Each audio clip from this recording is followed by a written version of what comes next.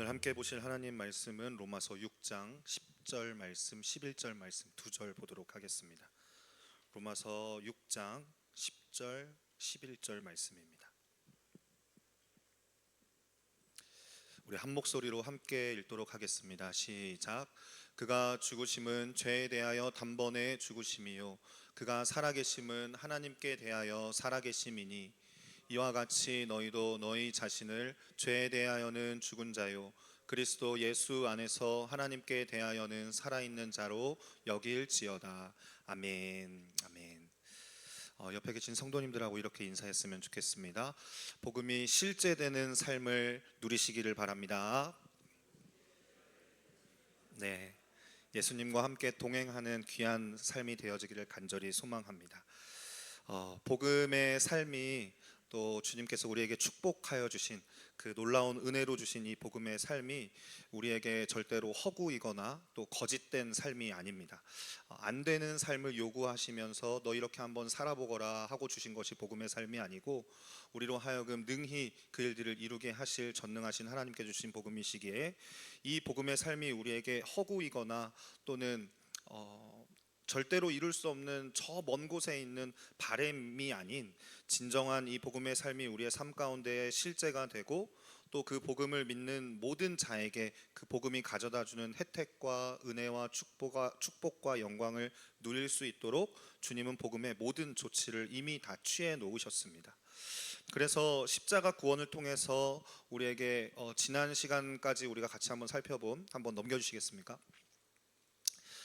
주님께서 복음을 통해서 우리에게 취해 놓으신 조치가 이 네 가지 가치가 있는데요. 처음에는 복음을 통해 우리에게 새 생명을 허락해 주셨고 또 권능 있는 약속으로 보장해 주신 뿐만 아니고 이 복음을 누구라도 온전히 믿고 누릴 수 있도록 예수님만이 주님이시라는 오직 예수 그리스도의 공로 그리고 또 주님의 말씀이라는 이 원리까지도 우리에게 준비해 놓으셨습니다. 이렇게 하나님 편에서 완전하고 또 준비해 놓으신 이 모든 조치를 취해 놓으신 이 복음의 안전한 대책에는 우리에게 조건이 하나 있었는데요. 그것은 무엇이냐면 이 완전한 복음이 모든 이에게 차별 없이 우리에게 해당되어지지만은 모든 조치는 오직 믿음으로 누리는 자에게만 해당된다는 것이죠. 그러니까 이 복음을 누리는 데 있어서 우리로 하여금 뭐 돈이 드는 것도 아니고 힘이 드는 것도 아니고 또 지식이 필요한 것도 아니고 믿기만 하면 되는데 만약 이 복음을 앞에 두고도 믿지 못하여서 그것이 가져다주는 은혜를 누리지 못하였다, 그 복음의 영광을 나는 누릴 수 없었다 라고 이렇게 이야기한다면, 그래서 복음이 가져다주는 그 구원의 은혜를 우리가 받지 못하였다면 그것은 동정의 여지 없이 망할 수밖에 없는 것이죠. 사실 이것은 못 믿어서 그렇기 때문에 그런 것이 아니라 우리가 악하기 때문에 그 복음을 믿지 못하는 것입니다. 히브리서 3장 12절 말씀에 보면요, 이와 같이 이야기합니다. 형제들아 너희는 삼가 혹 너희 중에 누가 믿지 아니하는 악한 마음을 품고 살아계신 하나님에게서 떨어질까 조심할 것이요. 성경은 불신에 대해서, 그러니까 믿지 않는 마음에 대해서 믿지 아니하는 악한 마음이라고 이렇게 표현했습니다. 그러니까 믿음이 없다는 말은 믿음이 있으면 좋은 거지만 믿음이 없어도 뭐 어쩔 수 없는 거 아니겠어요? 이렇게 얘기하고 끝날 문제가 아니라 믿음이 없다는 것은 사실 정상적인 사고가 아닌 것이죠. 그런데 우리는 이 어마어마한 복음보다 훨씬 더 못한 것들, 이 진리 되신 그 주님의 말씀에는 그 믿음이 그렇게 사용이 되어지질 않는데 이 복음보다 훨씬 더 못하다고 말하는 세상의 가치들에는 우리의 없는 믿음도 탕진하고 있는 자들이었던 것 같습니다. 복음보다 못한 것도 홀랑 믿어버리고 우리의 청춘 바치고 돈 가져다 바치고 또 결혼도 하면서 믿는 모양으로 살아가는데 보이지 않는다는 이유로 그 주님만큼은 못 믿는다면 그것은 믿음이 없어서가 아니라 우리가 믿지 못하는 악심이기 때문에 그 사람은 동정의 여지가 없는 것이죠. 하나님께서는 저와 여러분에게 어린아이라도 듣기만 하면 듣고 믿으면 누릴 수 있는 이 복음을 우리를 위해서 준비해 주셨고요. 그리고 이 완벽하게 준비되어진 복음의 축복과 영광과 능력들이 우리의 삶 가운데 실제되어질 수 있도록 누릴 수 있도록 오직 믿음이라는 것을 우리에게 요구하고 계신다는 것입니다. 로마서 1장 17절 말씀 함께 봉독하여 보도록 하겠습니다. 함께 읽겠습니다. 시작. 복음에는 하나님의 의가 나타나서 믿음으로 믿음에 이르게 하나니 기록된 바 오직 의는 믿음으로 말미암아 살리라 함과 같으니라. 아멘. 이 믿음이라는 것은 가장 단순하고 그리고 또 순전한 개념입니다. 하지만 우리가 다 아는 바와 같이 타락한 아담으로부터 죄의 본성을 이어받아서 정반대의 삶을 살아오게 되어진 우리에게는 이 믿음이라는 것이 사실 여간 복잡하고 어려운 일이 아닙니다. 믿음과 정반대의 삶을 우리가 계속해서 살아왔기 때문에 우리가 이 믿음을 쓰려고 하면은 믿음에 대한 오해가 계속해서 생기고 또 믿음에 대한 혼돈과 의심이 존재할 수밖에 없게 되어지는 것이죠. 믿음의 개념에는요, 보이는 실제와 보이지 않는 실제가 있습니다. 근데 보이고 나타난 것에 대해서 우리가 그것을 실제로 여기는 데는 믿음이 필요하지 않습니다. 그런데 보이지 않는 것, 분명히 실제하지만 보이지 않는 것은 우리가 믿음을 통해서 그것을 바라보고 그것을 대하는 원리를 가질 수 있다는 것이죠. 내가 바라는 것이라는 것은 사실 아직 이루어지지 않은 것이잖아요. 내 자녀가 어느 대학에 들어갔으면 좋겠다라는 이 바람이라는 것은 지금 현재를 살아가고 있는 우리에겐 아직 이루어지지 않은 미래의 일입니다. 아직 실제되어지지 않은 일이에요. 바라는 것이라는 것은 아직 이루어진 것이 아닌데, 그런데 보이지는 않지만, 지금 내가 실제로 피부로 체감하고 있지는 않지만 분명히 실제하는 저 미래적인 것이 반드시 이루어질 거야 라는 것을 오늘의 실제로 누리며 살아가는 것이 무엇이냐면은 믿음을 통해서 우리가 그렇게 누리며 살아갈 수 있다라는 것이죠. 또한 믿음이라고 하는 것은요, 행함의 반대 개념입니다. 모든 믿음의 근거는 나에게서 찾는 것이 아니고 내가 믿고자 하는 대상의 믿음이라는 것을 두는 것입니다. 그래서 믿음이라는 것은 나의 최선과는 정반대에 있다는 것이 믿음이 갖고 있는 개념입니다. 그래서 우리가 구체적으로 이 믿음이라는 것을 사용하는 삶, 믿음으로 사는 삶이라는 것을 살기 위해서는 우리에게 필요한 것이 있는데, 그것이 무엇이냐면 바로 결단이라는 것을 우리가 해야 한다는 것입니다. 왜 우리가 주님을 믿는 믿음으로 사는데 결단이 필요하냐면, 우리는 그동안 속고 살아왔습니다. 살아계신 하나님을 없는 것 같이, 그리고 또 내 인생의 주인이 실상은 내가 아니었는데도 불구하고 내가 주인인 것 마냥, 그리고 헛되고 병든 자아를 나의 본래의 모습이라고 생각하고 그렇게 믿고 살아왔었습니다. 그러니까 우리 존재의 모든 시스템이 다 사실은 진리와는 정반대로 행할 수밖에 없는 것이죠. 하나님과 정반대가 되어지고 하나님 나라의 가치와 또 정반대로 우리가 익숙하게 그렇게 길들여져서 살아온 것입니다. 습관이라고 하는 것을 제2의 천성이라고 하더라고요. 그러니까 사고하는 방식도 습관이 되다 보면 자기의 천성이 되어버린다, 이 말입니다. 늘 어떤 사람을 바라볼 때 부정적인 시각으로 누군가를 판단하고 또 비판하기를 막 즐겨하고 그렇게 계속 살아가는 사람들은요, 어떤 사건이 닥치든지 사람을 보면 늘 판단하는 습성을 갖고 있습니다. 그것이 진리냐 아니냐, 옳으냐 그르냐, 이것의 문제는 상관이 없고 습관이 이와 같이 이렇게 무서운 것이죠. 오랜 반복을 통해서 습관이 되다 보면 이 습관이 제2의 천성이 되어서 그것이 마치 처음부터 그랬던 것 마냥, 천성인 것 마냥 그 사람의 기초가 되어버리는 것이죠. 중독도 마찬가지입니다. 중독도 사실은 처음에 없었던 거잖아요. 처음에는 존재하지 않았고 아무것도 아니었고 사실 나에게서 원래 없었던 것인데, 실제로는 없었는데 길들여지고 반복되어지는 습관을 통해서 제2의 천성이 되어지고 아예 내 살처럼 내 몸에 딱 붙어버리면 여기서 이제 벗어나기가 어려워지는 것이죠. 알코올 중독자들은 알코올 기운이 떨어지면 손이 떨려서 컵도 제대로 못 든대요.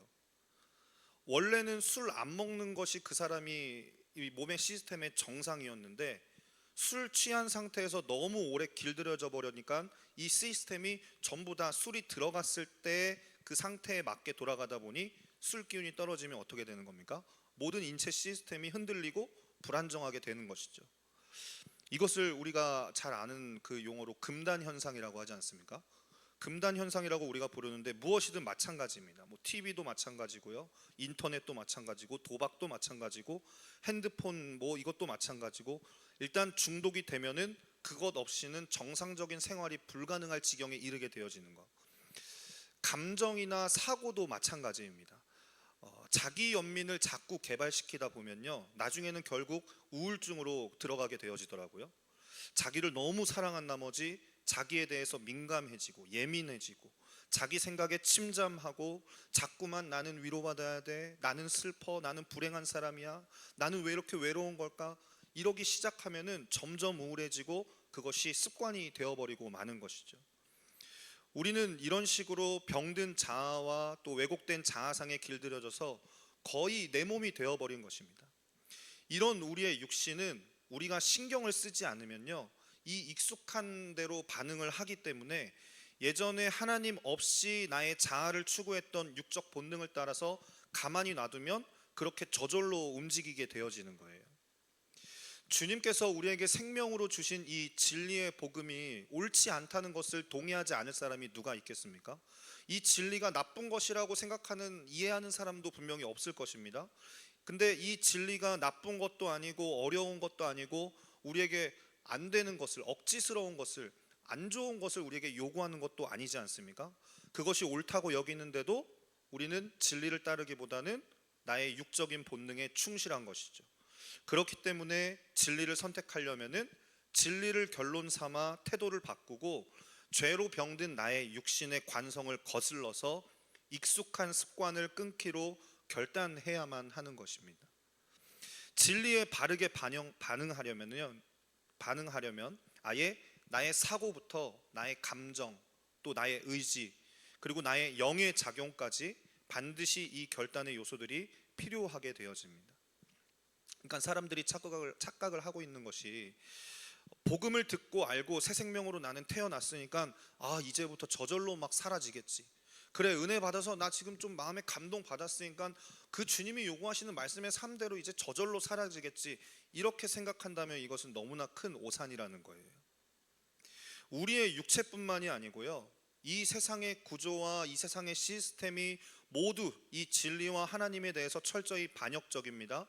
그 세상 한복판에 살고 있는 우리도 이미 그릇된 방향에 길들여져 있는 것입니다.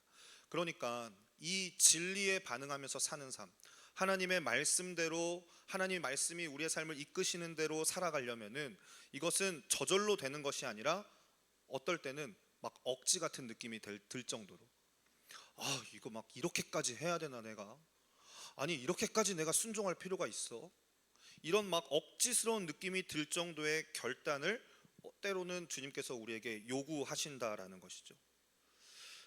많은 사람들이 이 믿음으로 살아본 적이 없어서 항상 선택의 여지를 늘 늘여다 놓고 그동안 익숙하게 살아온 대로 대강 살다가는 결국에는 그 끝에 망하게 되어지는 일들이 기다리고 있음에도 불구하고, 그렇기 때문에 우리는 진리를 결론으로 삼아서 믿음으로 사는 데에 반드시 이 결단이 필요한 것이죠. 믿음의 결단은 세 가지 요소로 이루어지게 되어지는데요, 한번 보여주실까요? 첫 번째는 여기는 믿음, 두 번째는 드리는 믿음, 세 번째는 계속 신뢰하는 믿음입니다. 근데 오늘은 여기 첫 번째 여기는 믿음, 여기기로 결단하는 믿음에 대해서 우리가 한번 살펴보았으면 좋겠습니다. 우리 오늘 읽어본 본문 말씀 다시 한번 읽어보겠습니다. 로마서 6장 10절 11절 말씀 한 번만 더 같이 읽어보도록 하겠습니다. 시작. 그가 죽으심은 죄에 대하여 단번에 죽으심이요 그가 살아계심은 하나님께 대하여 살아계심이니 이와 같이 너희도 너희 자신을 죄에 대하여는 죽은 자요 그리스도 예수 안에서 하나님께 대하여는 살아있는 자로 여길지니라. 아멘. 로마서에서 바울이 이렇게 이야기합니다. 예수님이 죄에 대하여 단번에 죽으시고 하나님께 대하여 다시 사셨다. 그리고 우리를 대신하여 철저히 그렇게 하셨다. 그렇다면 이 예수님이 이루어 놓으신 이 역사적이고 객관적 실제 사실과 이 진리를 듣고 알았으니까 이제 우리도 우리 자신을 죄에 대하여 죽은 자요 하나님께 대하여는 그리스도 예수 안에서 산 자로 어떻게 하라는 것입니까? 여기라라는 거예요. 오늘 우리의 인식이 전환되어지기를 제가 간절히 소망하는데, 정황을 파악하고 오랜 신앙 그 생활을 통하여서 진리를 알게 되었고, 모든 주님께서 우리에게 해놓으신 이 복음의 놀라운 그 은혜를 알았더라면, 이제 더 이상 속고 살아온 경험이나 나의 느낌 때문에 그 죄의 자리에 퍼질러 앉아 있지 말고 정신을 너 좀 차리고 이 진리를 결론 삼아 그 진리를 사실로 여기겠다고 결단하라고 우리에게 지금 말씀하고 계시는 것이죠. 이것은 거짓된 정보를 진리로 알고 살아왔던 우리에게서 그 진리의 정보로 다시금 바꾸고 이 진리를 사실로 대처하는 인식의 전환이 우리에게 요구되어지는 것입니다. 골로새 3장 10절 제가 읽도록 하겠습니다. 새 사람을 입었으니 이는 자기를 창조하신 이의 형상을 따라 지식에까지 새롭게 하심을 입은 자니라. 아멘. 우리는 병든 옛 자아에 대해서 죽었고 그리스도 안에서 우리의 원형, 하나님이 태초에 처음 창조하셨던 당신의 형상대로 보기 좋았더라라고 말씀하셨던 이 원형, 잃어버렸던 그 원형을 찾아 새 사람을 입었다라고 성경은 우리에게 이미 선언하고 있습니다. 그렇다면 믿음으로 이 십자가를 통과한 자는 하나님 안에서 새롭게 지음받은 이 새 사람, 곧 우리를 창조하신 하나님의 형상을 쫓아 지식에까지 새롭게 하심을 입은 자다라고 말하고 있습니다. 그렇기 때문에 이전에 우리가 이 세상을 살아가면서 나는 왜 이렇게 실패하는 걸까? 하나님을 믿고 싶은데 나의 의지는 왜 이렇게 박약한 걸까? 나의 믿음은 왜 이렇게 있지 않은 걸까? 이렇게 어쩔 수 없는 거구나. 신앙생활이란 어쩔 수 없는 거구나. 아 그래, 말씀대로 어떻게 살아 사람이. 우린 다 죄인이기 때문에 어쩔 수 없어. 그렇게 익숙한 죄의 종노릇하며 병든 자아로 자기를 인식했던 이 인식에 대해 어떤 것을 하라는 것입니까? 전환하라는 거예요. 그렇지 않다.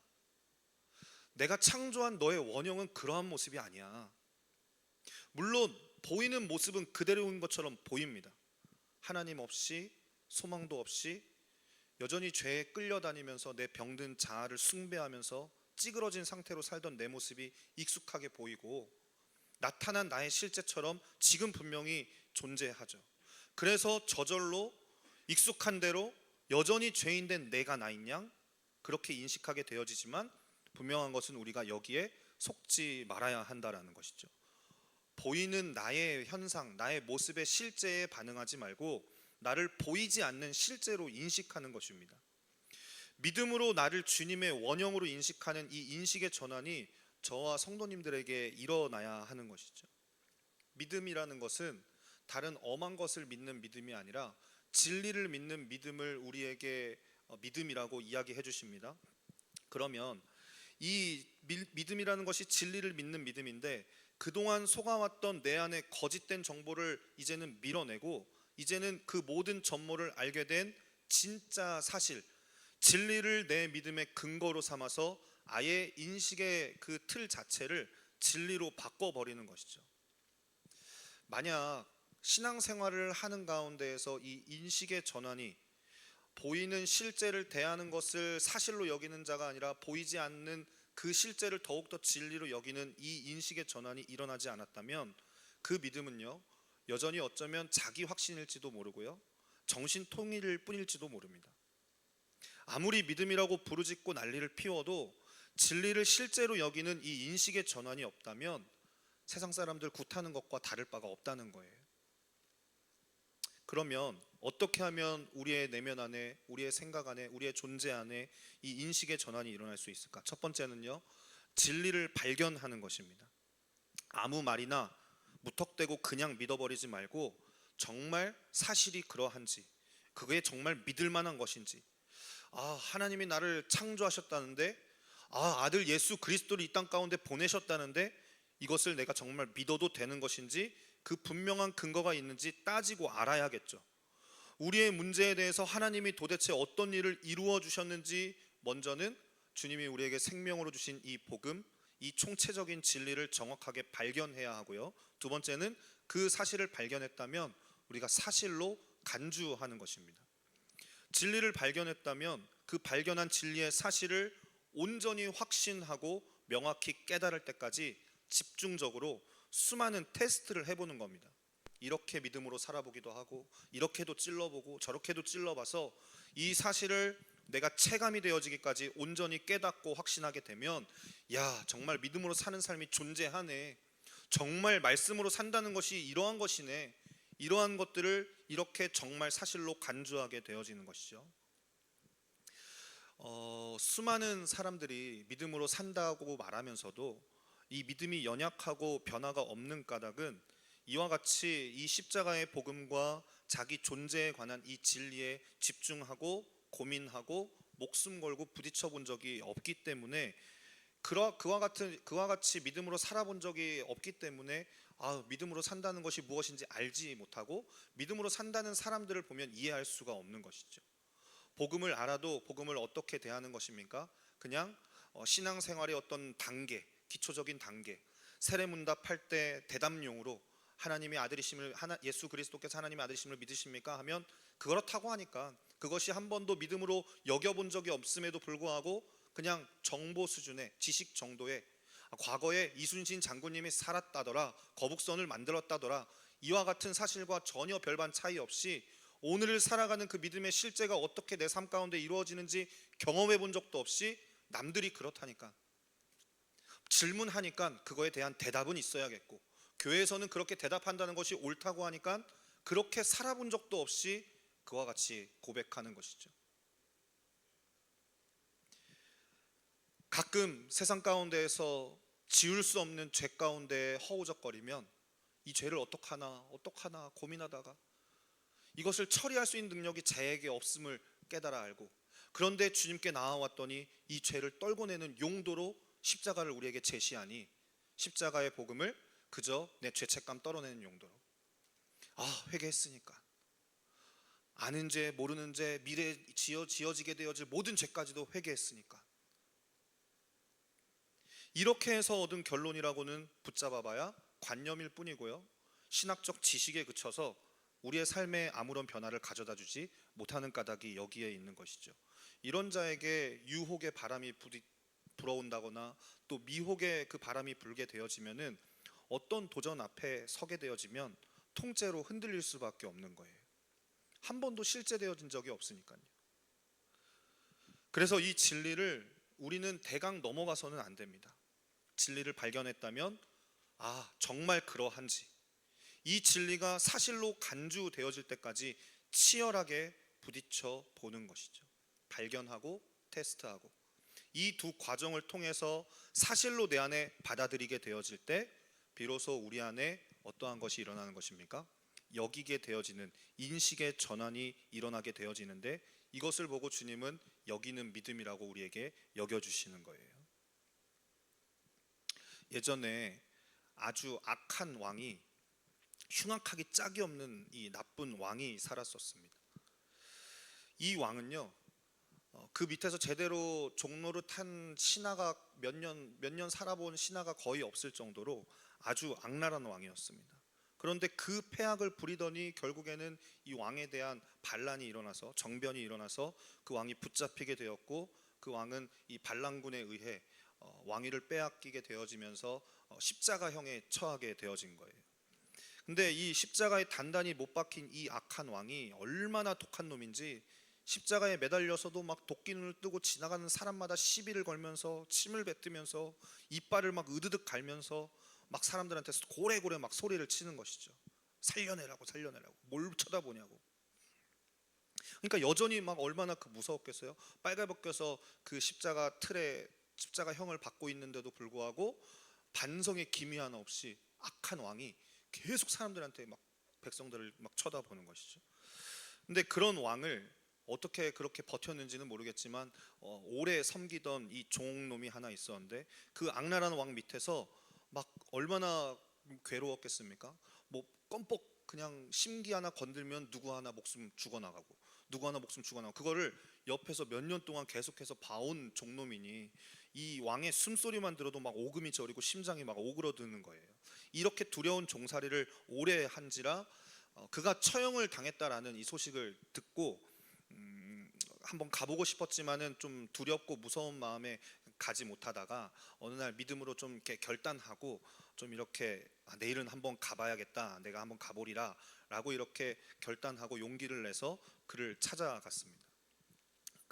차마 가까이 가서 아는 척은 못하겠고 먼 발치에서 이제 그 십자가에서 서서히 죽어가고 있는 그 악한 왕을 바라보면서 이런 생각을 한 것이죠.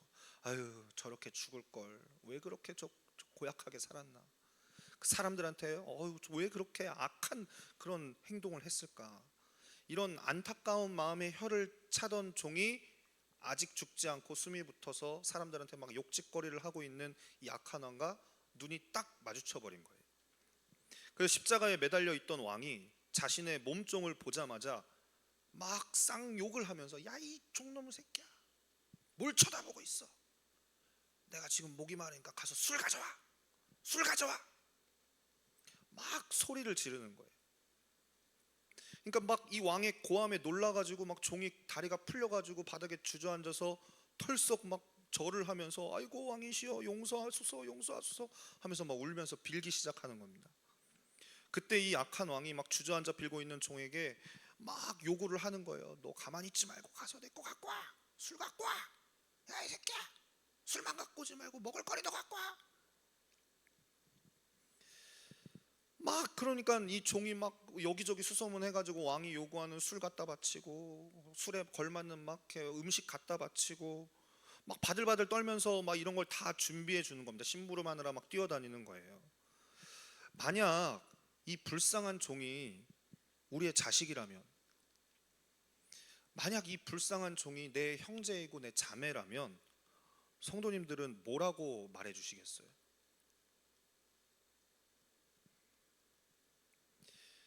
뭐라고 우리가 말해줘야 할까요? 이 불쌍한 종놈을 도와주어야 할 텐데 이 상황을 우리가 어떻게 바꿔주어야 할까요?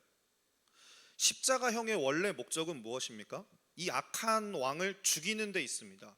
그걸 잠시 달아뒀다가 풀어주는 게 아니에요. 이 십자가형의 원래 목적은 이 악한 왕을 죽이는 데 있고, 그리고 그 왕은 십자가형을 받았고 그 왕을 죽이기로 이미 결론이 났고, 그저 가장 오랫동안 고통을 느끼게 죽게 하는 형벌로서 십자가형을 집행한 것뿐이에요. 그래서 그 악한 왕이 십자가에 못 박혔을 때 사실은 이미 그가 죽은 것이지만 죽는 과정에서 시간이 좀 더 걸리고 있을 뿐인 거죠.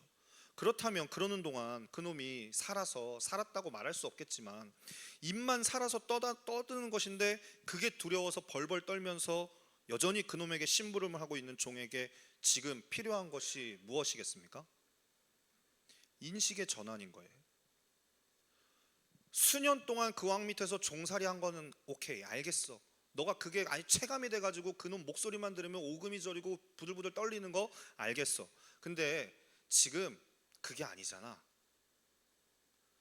그게 두려워서 벌벌 떨면서 여전히 그놈에게 심부름을 하고 있는 이 종에게는 그 왕은 이미 죽었다고 여기는 이 인식의 전환이 필요한 것입니다. 종의 눈앞에서 그에게 익숙한 상황이 펼쳐지고 있습니다. 왕이 고래고래 소리를 지르면서 그에게 막 무언가를 요구를 하고 있어요. 그러나 그가 관망하고 있는 것은 이 악한 왕은 이미 십자가에 못 박혔고 그것은 이미 죽은 것이나 다름이 없다는 사실이에요. 살아서 주저리 이렇게 떠드는 것 같아 보이지만 십자가에 못 박힌 상태이기 때문에 그 악한 왕은 이미 실상은 죽은 것이 되는 것입니다. 이미 죽은 것이나 다름없는 이 악한 왕에게 종노릇하면서 끌려다니는 그 종을 향하여서 그가 느끼는 감정이나 그의 상황이 어떠하든 상관없이, 야야야 정신 차려라. 실상은 죽은 자이니까 너 지금 뭐 하는 거야? 저 왕을 죽은 자라고 여겨. 지금 그래야 되는 거야. 너는 왜 쓸데없이 저기에 질질 종로로 끌려다니면서 종노릇 하고 있는 거야? 이렇게 우리가 사랑하는 사람이라면 말해줘야 되지 않겠습니까? 저와 성도님들에게도 이 여기는 믿음, 이 여기는 결단이 필요합니다. 우리는 병든 옛 자아에게서 자유하기 위해 십자가에서 이미 이루어진 일을 바라보고 있습니다. 하지만 우리의 삶의 오랜 습관과 또 죄의 영향력이 내 육체에 여전히 남아 있어서 여전히 죄된 내 자아가 살아있는 것처럼 보여서 혼란스러울 때가 너무나 많이 있죠. 그럴 때 우리에게 필요한 것이 무엇입니까? 이 믿음과 이 결단이 되어지는 거예요. 십자가가 결론이기 때문에 나의 죄와 옛 자아에 대해서는 죽은 자로, 하나님과 그분 안에 그 원형에 대해서는 산자로 여겨야 하는 것입니다. 우리가 너무 오랫동안 이 두려움과 종노릇에 길들여져 있었기 때문에 이와 같은 결단이 우리에게 날마다 필요하고 주님은 그 믿음을 요구하고 계시는 것이죠. 어려워 보이고 힘들어 보이지만 우리는 사실 이렇게 여기는 일에 너무나 선수들인 거 아세요? 그러면 매일 그렇게 눈에 보이는 상황을 거부하고 또 내 안에 자꾸만 들어지는 이 죄책감을 떨어내고 여기는 믿음이 산다는 게 얼마나 힘들까? 보이지 않는 그 하나님을 대하는 원리인 이 믿음으로 산다는 게 얼마나 어려울까? 그러나 우리가 얼마나 이 여기는 믿음에 익숙한 사람들인지 아십니까? 생각해 보셨으면 좋겠어요. 나의 실수나 나의 과오 그리고 혹은 나의 치부 따위는 들키지 않으려고 처음부터 나는 원래 안 그런 척 그렇게 여겨버리고 사는 경우가 우리가 태반이잖아요. 나는 그렇지 않은 척, 나는 원래 그랬던 사람이 아닌 척 이렇게 여겨버리고 태연하게 삶을 살아가는 게 우리의 모습들 아니었습니까? 그런데 왜 유독 이 진리에 대해서만큼은 그렇게 우리가 하지 못할까요? 서두에 말씀드렸다시피 믿고 싶지 않은 걸지도 모르죠. 여기고 싶지 않은 이 악심 때문에 그런 것일지도 모르죠. 자신을 진리에 드리고 싶지 않은 마음이 우리 안에 존재할지도 모르죠. 십자가에서 이루어진 그 사실이 부정할 수 없도록 너무나 명확하게 진리가 우리의 삶 가운데 선포되었음에도 불구하고 이 진리를 사실로 받아들이지 않고 여전히 미련을 남기고 결단을 유보하고 있는 삶을 살아가고 있을지도 모른다 말입니다. 인식을 전환하려고 하지 않고 오히려 옛날 그 더러운 죄의 자리에 여전히 퍼질러 앉아 있는 것이죠. 왜요? 병든 자아가 운명은 비참하다고 하긴 하여도 아직 실제로 일어난 일이 아니고 그 결국이 아직 내 삶에 나타난 게 아니고 아직 실제로 체감되어지지 않고 그리고 세상 누리고 사는 재미가 조금씩 있었기 때문에 차마 이것을 다 떨어내리고 다 떨어버리고 포기하기가 쉽지 않은 것이죠. 그런데요, 우리가 만약 믿음으로 결단하지 않으면 누군가에게 결단을 당하게 되는 날이 오게 되어질 것입니다. 오늘 믿음의 삶을 살기로 주저하면서 변화를 유보한다면 주님이 죄인된 자들에게 그 결국을 심판하시는 그 뜨거운 맛을 보게 되는 그날이 분명히 우리에게 기다리고 있다는 것입니다. 복음은 이미 완전하게 우리에게 다 준비되어져 있는데 우리가 지옥에 가서는 안 되지 않겠습니까? 우리의 사랑하는 자녀들이 이 완전한 복음을 눈앞에 두고도 살 수 없어서 그것을 여기는 믿음이 존재하지 않아서 그것을 다 그냥 경험하고 지식적으로 다 동의하면서도 지옥에 가서는 안 되지 않지 않겠습니까? 모든 환경과 조건이 다 바뀌어도 우리 마음에서 인식의 전환이 이루어지지 않는다면 죽을 만큼 고생을 해도 우리의 삶은 바뀌지 않는 것이죠.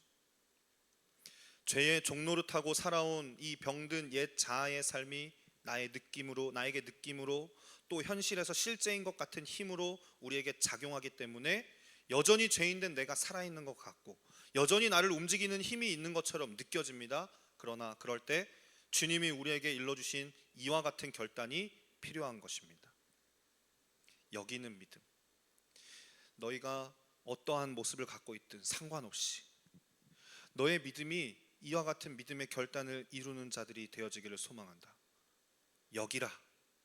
죄에 대하여 죽은 자요, 의에 대하여 하나님께 대하여 산 자로 여기라. 오늘 이 밤에 아직도 의심과 혼돈 속에서 내 자아가 살아있는 것처럼 여겨진다면 진리의 영이신 성령의 도우심으로 말미암아 이미 이루어진 이 복음을 믿음으로 여기고 결단하는 은혜가 저와 성도님들에게 있기를 간절히 소망합니다.